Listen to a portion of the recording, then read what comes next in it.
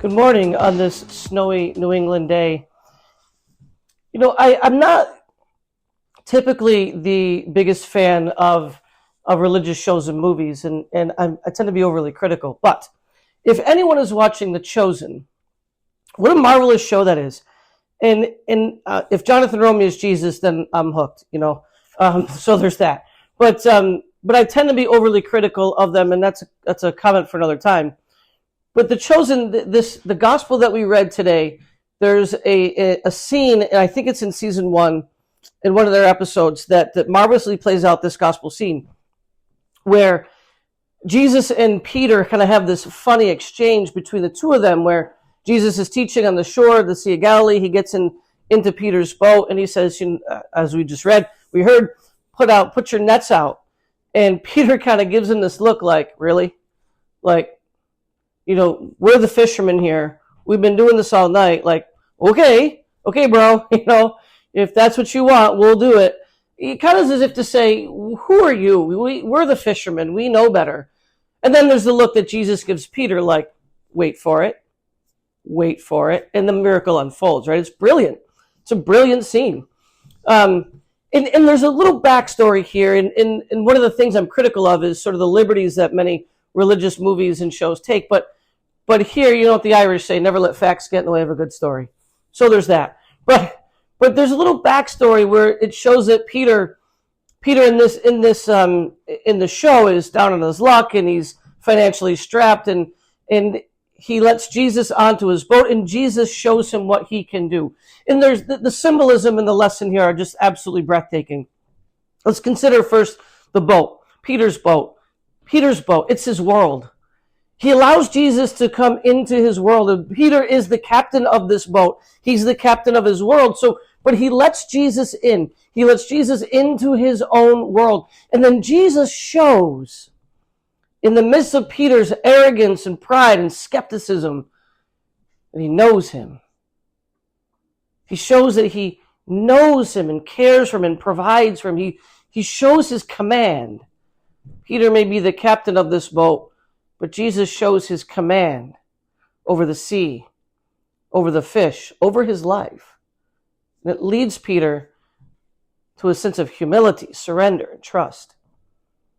The symbolism here is striking. Often in theological language, the boat symbolizes the bark of the church universal, the Catholic Church, right? Where Peter is still the captain. The Pope is the captain of this ship. The ship is the church. And what is the church? The mission of the church on earth is to help us to navigate the waters of life, to protect us from the dangers of the outside world, right? With an eye towards the shores of the sea of eternity.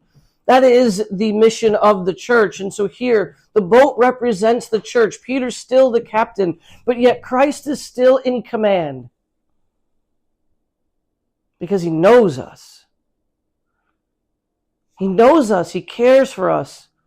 He's in command. He knows just what we need. Peter teaches us something here about allowing Jesus to enter our world, to get into our boat, to enter our world. And I think so many of us, sometimes have an attitude just like Peter in the beginning here, where we know better. This is my life. I know better. I know the world. I don't need you. I don't need the church. I don't need you to tell me what to do. I don't need that. Right? How many of us think sometimes that we know better than the church, that we know better than Christ, that we know ourselves? And I don't think that's sometimes a matter of faith, like we don't disbelieve in who God is, but I think it's a matter of, you don't know me. You don't know me. You don't care for me. How can you provide for me? Because you don't know me. But see, this is the thing. The beauty of the church is existence on earth. It's the very embodiment of truth and goodness. The church helps us to navigate those waters of life, protect us from the dangers of the outside world, to feed us, to protect us, to care for us. That is the nature and mission of the church, to guide us to eternity.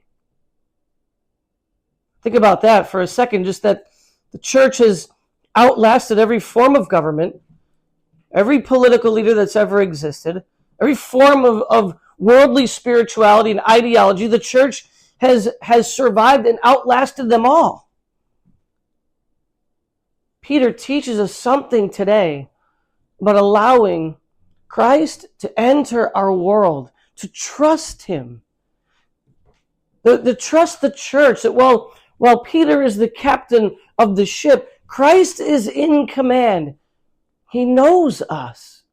He knows just what we need, and so does the church. The church knows what we need, knows how to care, provide, and protect. Because that's her nature and that's her mission. Peter teaches us something simply about humility, trust, and surrender. And once he moves from that place of arrogance and pride to humility and surrender, right, he allows Christ to form him. He's free to become that person he's created to be. It's the same with us. When we move from a sense of pride and arrogance to humility and surrender, we become free.